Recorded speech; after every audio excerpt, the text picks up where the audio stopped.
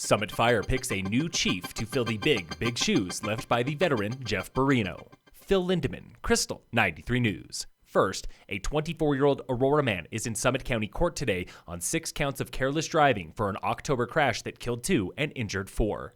Adrian Delgado is accused of causing an accident on U.S. Highway 6 near Dillon when he was driving a truck owned by Western Concrete and allegedly drifted into oncoming traffic doing 69 miles per hour, nearly 20 over the limit.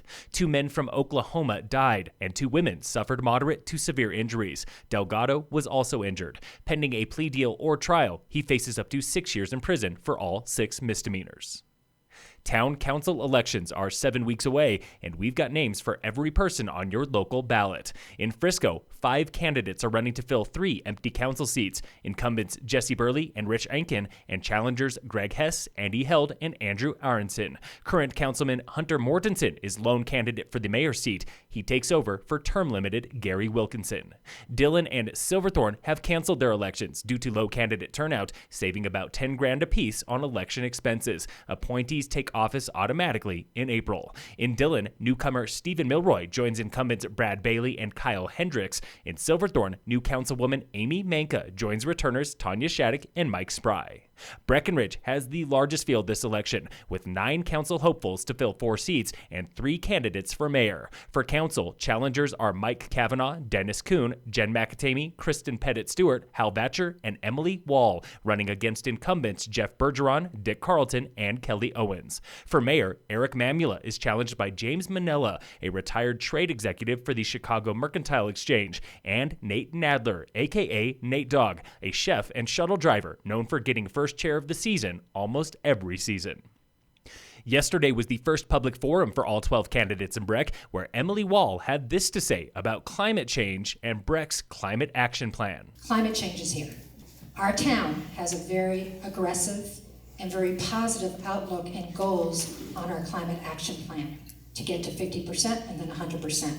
But every one of us has to play a role in this. Other topics included congestion, wages, and the role of tourism as permanent population booms, challenges every local town will face in coming years. Ballots have been mailed to all voters in Breckenridge and Frisco. They are due back by mail or drop-off before April 7th.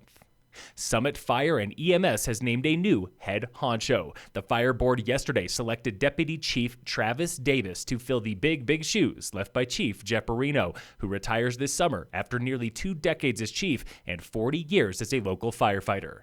Berino was named Colorado Fire Chief of the Year in 2019 and oversaw the recent merger of Lake Dillon Fire, Copper Fire, and Summit Ambulance Services. Avalanche danger is down to moderate today in the Summit Eagle County zone, but forecasters warn you could bust badly if you gamble on dangerous terrain. Your problem is persistent slab, possible to trigger a very large slide on all aspects and elevations. In sports, the Avalanche play the Islanders tonight at 8, and in local sports, brought to you by Wilderness Sports in Dillon, this morning was the final race of the Up and Atom Nordic Series at Frisco Nordic Center on a 7.5-kilometer skate course, where Taylor McCreary and Derek Hill finished in a dead tie for first at 31 minutes 47 seconds. McCreary is undefeated for the ladies this series. Rounding out the podium was Chad Sigler, Todd Olson, Kate Zander, and Hannah Heddick. Summit High girls basketball plays Aspen at home today, and tomorrow is opening day of the state wrestling meet at the Pepsi Center, where Summit sends 2 wrestlers, junior Gio Marquez and freshman PJ Trujillo.